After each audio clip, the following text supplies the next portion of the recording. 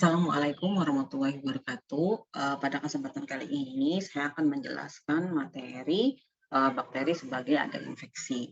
Seperti yang teman-teman ketahui, bakteri itu ada yang bersifat patogen, kemudian juga banyak juga bakteri yang punya manfaat untuk kehidupan kita sehari-hari yang sudah kita bahas di pertemuan sebelumnya. Nah, untuk pada kesempatan kali ini kita akan bahas bakteri sebagai agen infeksi ya teman-teman. Artinya sebenarnya hanya sebagian sedikit bakteri yang bersifat patogen atau bisa menyebabkan infeksi. Oke, jadi sebelum kita bahas lebih jauh, teman-teman kita mau bahas dulu tentang istilah ya atau terminologi. Jadi yang pertama ada istilah patogen, merupakan organisme ya umumnya mikroorganisme yang menyebabkan penyakit pada organisme lain. Kemudian ada patogenisitas, jadi kemampuan patogen untuk menyebabkan penyakit. Kemudian ada infeksi, menggambarkan pertumbuhan atau replikasi mikroorganisme di dalam tubuh inang. Kemudian ada istilah virulensi, artinya adalah komponen yang dimiliki oleh patogen untuk menyebabkan infeksi. Ya. Nah, ini teman-teman, ini adalah gambaran dari microbiome interaction ya. Jadi berkaitan dengan infeksi sama penyakit begitu. Jadi ada yang infeksi lokal ya, kemudian ada sistemik ya. Kemudian ini ada vokal infection ya, ini infeksi campuran ya berbagai macam mikrob.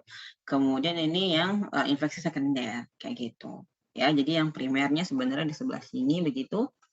Terus bisa masuk ke bagian lainnya gitu ya. Oke.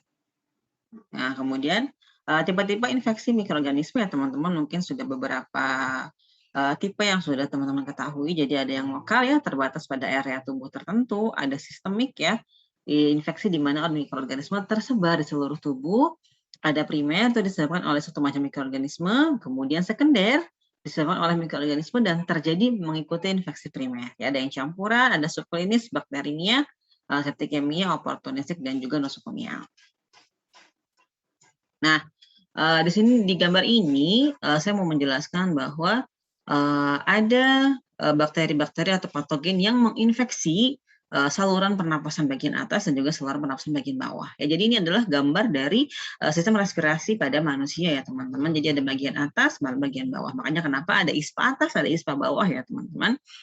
Oke, untuk yang jalur respirasi bagian atas, jadi dari hidung ke rongga mulut, faring, laring, ya.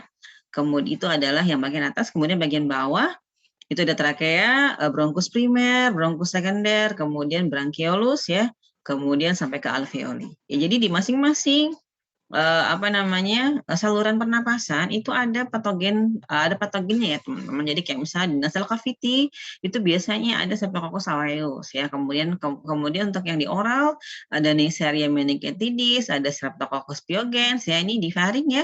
Itu ada Corynebacterium diphtheriae. Di laring ada Haemophilus influenza, ini bakteri ya teman-teman. Kemudian untuk di primer bronchus ya atau di bronchus primer ada virus influenza ya dan seterusnya. Oke.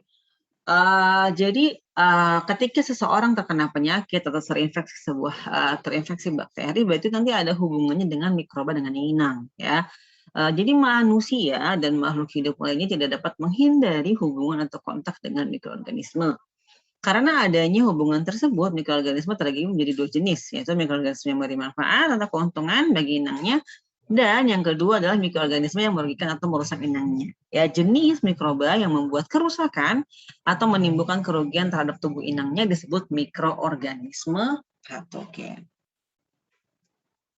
Nah, ini sebenarnya adalah jalannya bakteri atau mikroba sehingga nanti bisa menimbulkan infeksi. Ya, jadi kemampuan mikroorganisme untuk menimbulkan penyakit tadi ya, seperti yang saya jelaskan di awal, disebut dengan patogenisitas. Jadi dia memasuki inang melalui jaringan, kemudian memperbanyak diri, yang akhirnya nantinya akan menimbulkan infeksi. Oke, masih berkaitan dengan hubungan mikroorganisme dengan inang ya. Masih berkaitan juga sama istilah ya. Jadi kemampuan mikroorganisme untuk menyebabkan penyakit tidak hanya dipengaruhi oleh komponen yang ada pada mikroorganisme tersebut, tetapi inang untuk melawan infeksi. Ya, artinya ketika inangnya kalah, barulah nanti akan muncul gejala-gejala penyakit begitu ya. Nah, ada istilahnya flora normal itu tidak patogen ya, tapi dia dapat bersifat patogen pada inang yang memiliki kekebalan tubuh yang rusak atau termasuk ke dalam patogen oportunistik. Ya. Kemudian berkaitan dengan faktor virulensi, jadi derajat kemampuan dari suatu patogen oportunistik untuk menyebabkan penyakit disebut virulensi. Atau komponen mikroorganisme yang meningkatkan patogenisitas itu disebut dengan faktor virulensi.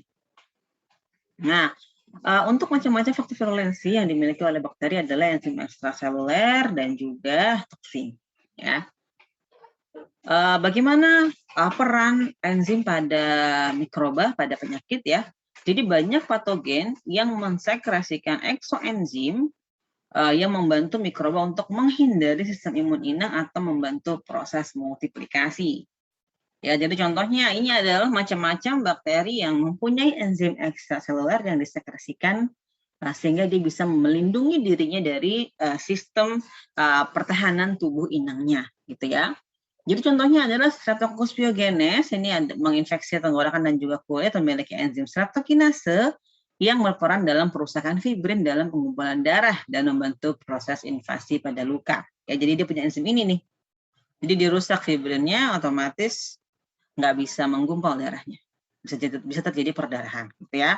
Kemudian ada Staphylococcus dan Streptococcus, ini punya leukosidin ya. Dia bisa menghancurkan neutrofil ya, yang merupakan leukosit yang sangat aktif dalam proses fagositosis ya. Jadi leukosidin yang dihasilkan oleh Streptococcus mendegradasi lisosom di dalam leukosit dan menyebabkan kematian sel darah putih dan menurunkan resistensi inang, artinya inangnya kalah. Kemudian kalau Staphylococcus itu menghasilkan koagulase ya, enzim yang mengkoagulasi fibrinogen dalam darah. Fibrinogen itu kan adalah protein plasma yang dihasilkan oleh hati, diubah oleh enzim koagulase menjadi fibrin, ya benang-benang yang membentuk gumpalan darah. Nah, jadi dia pakai enzim ini untuk melindungi dia sendiri. Jadi gumpalan fibrin ini nantinya akan melindungi bakteri tersebut dari fagositosis dan mengisolasi diri dari sistem imun tubuh inangnya. Jadi yang harusnya fibrin itu buat sel gitu ya. Nah, ini untuk si patogennya gitu karena dia punya enzim koagulasi. Oke, kemudian ada enzim kinase itu dihasilkan oleh Streptococcus dan Staphylococcus ya. Jadi dia menghasilkan yang Streptococcus menghasilkan streptokinase, yang Staphylo menghasilkan staphylokinase. Jadi ini merusak fibrin dan melarutkan gumpalan darah ya. Kemudian juga ada kolagenase ya. Enzim yang diproduksi oleh beberapa spesies Clostridium yang berperan merusak protein kolagen yang membentuk jaringan penghubung pada otot dan juga organ tubuh lainnya. Nah, selanjutnya ada toksin. Ya, toksin ada dua ya teman-teman, ada eksotoksin, ada endotoksin. Ya, apa perbedaannya? Nah, untuk eksotoksin merupakan protein toksin yang tidak tahan panas dan bersifat antigenik yang menginduksi pembentukan antibodi. Ya, jadi antibodi yang terbentuk akibat induksi eksotoksin disebut antitoksin. Ya, jadi tadi eksotoksin itu dia nggak tahan panas dan dia bersifat antigenik, artinya dia memunculkan antibodi. Nah, eksotoksin ada 3 ya teman-teman, ada sitotoksin, ya, ada neurotoksin, ada enterotoksin. Ya, kemudian sitotoksin itu membunuh sel inang atau mempengaruhi fungsi sel. Neurotoksin berarti berkaitan dengan impuls saraf, enterotoksin berpengaruh pada saluran pencernaan. Ya. Nah, daya racun eksotoksin ini bisa diinaktivasi dengan cara pemanasan dan juga pemaparan formaldehid dan juga iodin. Ya, jadi eksotoksin yang diinaktivasi disebut toksoid. Ya. Artinya apa? Berarti eksotoksin itu bakteri-bakteri yang menghasilkan eksotoksin bisa dijadikan vaksin. Karena dia bisa dibentuk toksoid, gitu ya. Nah, ini teman-teman, contoh eksotoksin, toksin difteri, toksin kolera, toksin tetanus, toksin botulinum, ya.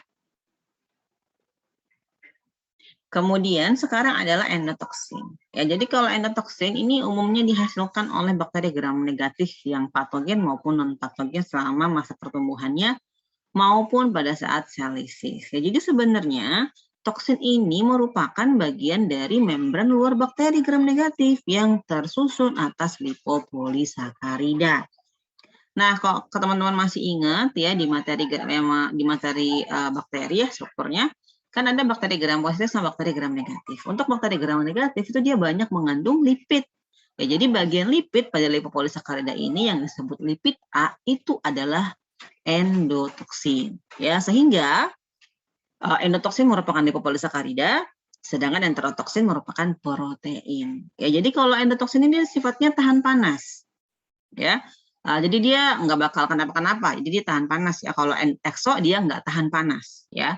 Nah, kemudian ini antigenik lemah, artinya dia tidak memicu pembentukan antibodi dan nggak bisa diubah menjadi toksoid. Ya, jadi lipopolisakarida ini tidak bersifat toksik hingga dia dilepaskan dari membran dinding sel. Artinya untuk sel tersebut atau sel bakteri tersebut yang punya endotoksin, dia harus lisis dulu atau mati dulu, alias lepas dulu dinding selnya supaya dia bisa menginfeksi inangnya, gitu ya. Oke, nah ini adalah karakteristik eksotoksin dan endotoksin, ya. Untuk karakteristik toksisitas, kalau eksotoksin ini dia toksik pada jumlah sedikit begitu ya. Kalau endotoksin pada dosis yang tinggi. Kemudian efek pada tubuh, kalau eksotoksin itu dia spesifik pada sel, tipe sel ya, darah, liver, saraf. Kemudian kalau endotoksin ini dia biasa sistemik, fever, ya, inflammation, ya, peradangan. Kemudian komposisi kimiawinya, eksotoksin itu adalah polipeptida, alias protein ya. Kemudian kalau endo itu dia adalah lipopolisakarida dari dinding sel. Kemudian ketika dipanaskan pada suhu 60 derajat Celcius, eksotoksin nggak stabil, sedangkan endotoksin masih stabil. Ya, kemudian pembentukan toksoid, eksotoksin bisa diubah ya, endo nggak bisa. Kemudian respon imun, eksotoksin menstimulasi antitoksin ya, sedangkan kalau endo enggak. Ya, kemudian stimulasi Weber, ada demam atau tidak, biasanya kalau eksotoksin enggak, kalau endotoksin iya.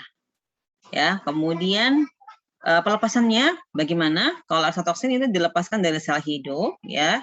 Kemudian kalau endo dia dilepaskan ketika selnya lisis. Jadi dia harus mati dulu. Kemudian untuk sumbernya, untuk eksotoksin itu dia beberapa gram positif dan juga gram negatif, sedangkan kalau endo itu semuanya berasal dari bakteri gram negatif. Gitu ya, itu adalah perbedaan dari eksotoksin dan juga endotoksin. Oke, sekarang kita masuk ke mekanisme penetrasi mikroorganisme patogen. Jadi, tahapan pertama yang dilakukan oleh suatu mikroba patogen terhadap inangnya yaitu harus mencapai jaringan inang, kemudian memperbanyak diri sebelum melakukan kerusakan. Ya, jadi hal pertama yang harus dilakukan oleh mikroorganisme adalah menembus kulit atau membran mukosa atau epitel, jaringan epitel intestin atau usus gitu ya, yaitu permukaan yang secara normal bertindak sebagai barier dari mikroorganisme. Nah, melewati kulit kemudian masuk ke lapisan subkutan biasanya terjadi melalui luka. Ya, jadi kalau luka yang nggak ditutup, nah itu bisa memicu terkontaminasi oleh bakteri. Jadi patogen hampir tidak pernah menembus dan melewati kulit yang utuh. Ya, jadi pasien kalau teman punya luka, silakan ditutup ya supaya tidak memicu adanya penetrasi dari mikroorganisme patogen. Ya, jadi faktor-faktor yang membantu mikroba melakukan penembusan lapisan mukosa adalah dengan motilitas atau pergerakan. Oke, ini contohnya adalah Shigella dan Yersinia. Jadi pada suhu 37 derajat Celcius, ini sel M ya, merupakan suatu sel epitel khusus yang memiliki sedikit mukus pada permukaannya. Sedangkan sel epitel berbentuk silindris, ya dilapisi mukus yang lebih tebal. Sebagian besar mikroorganisme menembus melalui sel M karena tidak terdapat barier mukus pada sel M. Ya. Beberapa jenis toksin bakteri yang menyebabkan hilangnya mukus, ya, jadi hilangnya mukus akan memudahkan jalan masuk mikroba ke sel epitel mukosa. Walaupun mikroorganisme penghasil toksin tersebut ingin menghindari pencucian selama proses ini. Jadi artinya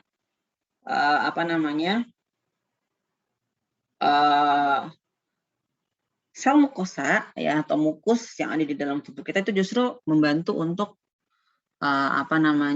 menjebak bakteri patogen.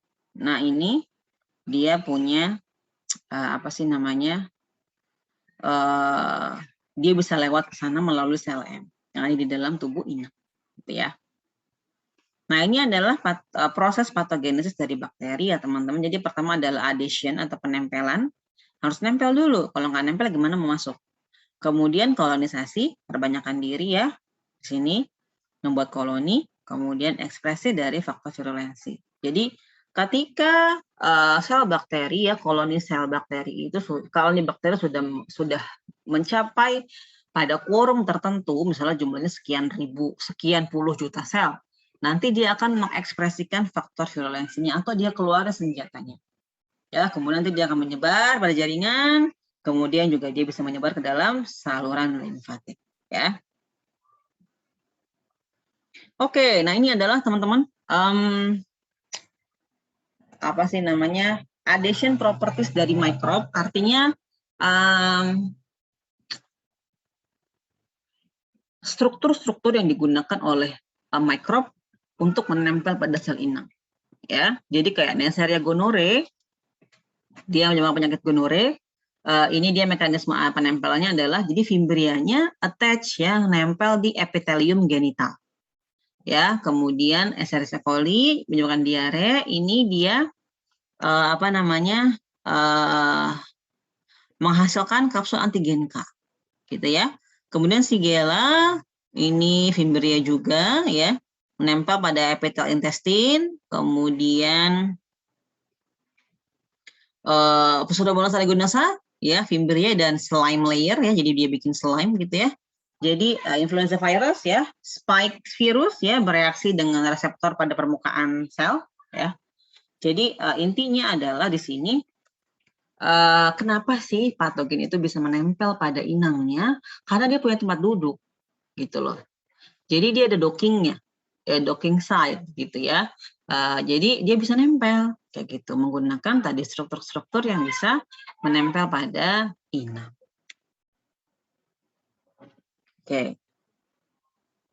Ya, jadi infeksi mikroba menghasilkan ketika mikroorganisme berhasil penetrasi ke dalam sel inang, ya, kemudian bermultiplikasi dan menghancurkan jaringan inang, ya, begitu ya teman-teman. Jadi true patogen menyebabkan penyakit infeksi pada kesehatan inang, ya, kemudian respiratory system adalah portal utama sebenarnya, ya, is the portal entry for the greatest number of pathogen. Artinya saluran respirasi itu adalah pintu masuk lebih banyak berbagai macam jenis patogen ke dalam sel inang, gitu ya. Kemudian Fimbria, Flagella, yang merupakan kemudian kapsul ya merupakan faktor adherens ya atau faktor penempelan di mana patogen secara fisik menempel pada jaringan inang. Oke, jadi ini eksoenzim ya teman-teman, jadi dikeluarin sama bakterinya ya. Kemudian kalau ini yang toksin ya, bakteri eksotoksin juga ya. Kemudian ini yang fagositosis. Jadi nanti apa namanya bakterinya dimakan. Ya, nah ini dia dilindungin, dia ngelindungin nih. Jadi dia nggak jadi dimakan. Ya. Oke. Selanjutnya adalah macam-macam bakteri penyebab penyakit infeksi. Ya, jadi yang pertama ada airborne. Jadi ini saya golongkan berdasarkan sumber asalnya. Jadi ada airborne disease ya. Itu contohnya ada difteri ya, Corynebacterium diphtheriae merupakan penyakit saluran pernafasan, terlokalisasi di tenggorokan, kemudian menghasilkan eksotoksin ya, dari saluran pernapas, merupakan bakteri gram positif, pleomorfik, tidak berkapsul, tidak berendospora, dan juga tidak berkerah. Kemudian ada tuberkulosis ya teman-teman, penyebab TBC, ada pneumonia ya, kemudian ada whooping cough ya atau batuk kerajan, Bordetella pertussis ya. Dia menghasilkan eksotoksin, pertussis dan juga endotoksin ya. Oke, kemudian ada foodborne disease atau food poisoning ya teman-teman. Jadi pada makanan itu juga ada bakteri yang bisa tumbuh di sana. Ya, misalnya di buah-buahan dan sayuran, di fresh meat ya, di poultry ya, ayam ya, eggs dan juga seafood ya, kemudian di susu, kemudian di makanan yang tinggi gula. Ya, jadi ini adalah organisme-organisme yang umum yang menyebabkan keracunan makanan ya. Oke, ini staphylococcal food poisoning ya, foodborne disease tadi ya. Ini dia juga menghasilkan enterotoksin, tidak berkasus, tidak berendospora, diare biasanya. Kemudian Clostridial food poisoning, ini dia menghasilkan enterotoksin yang perfringens ya. Diare, kram usus, kalau yang botulinum dia menyebabkan botulisme. Ya, dia menghasilkan enterotoksin yang menyebabkan paralysis. Oke, ada salmonellosis ya, berkaitan sama ini tipoid ya teman-teman, ya. Kemudian dia punya endotoksin, toxotoksin, dan juga cytotoxin. Kemudian ada E. coli ya teman-teman. Jadi E. coli itu selain yang nggak patogen, ada juga yang patogen ya teman-teman. Nah ini adalah yang patogen. Ada citotoxin producing E. coli, ada enterotoxigenic E. coli, ada enteropatogenic E. coli. Ini semua yang patogen. Kemudian waterborne disease ya, ada kolera, ya, diare juga yang menimbulkan dehidrasi, ada legionellosis, ya, Legionella pneumophila penyebab pneumonia, gram negatif, obligat aerol berbentuk batang, ya. Oke teman-teman, jadi sampai di sini penjelasan materi bakteri sebagai agen infeksi, ya, semoga bisa dipahami materinya. Nanti silakan dibaca-baca kembali PowerPoint-nya. Sampai jumpa lagi di kesempatan berikutnya. Sekian, terima kasih. Assalamualaikum warahmatullahi wabarakatuh.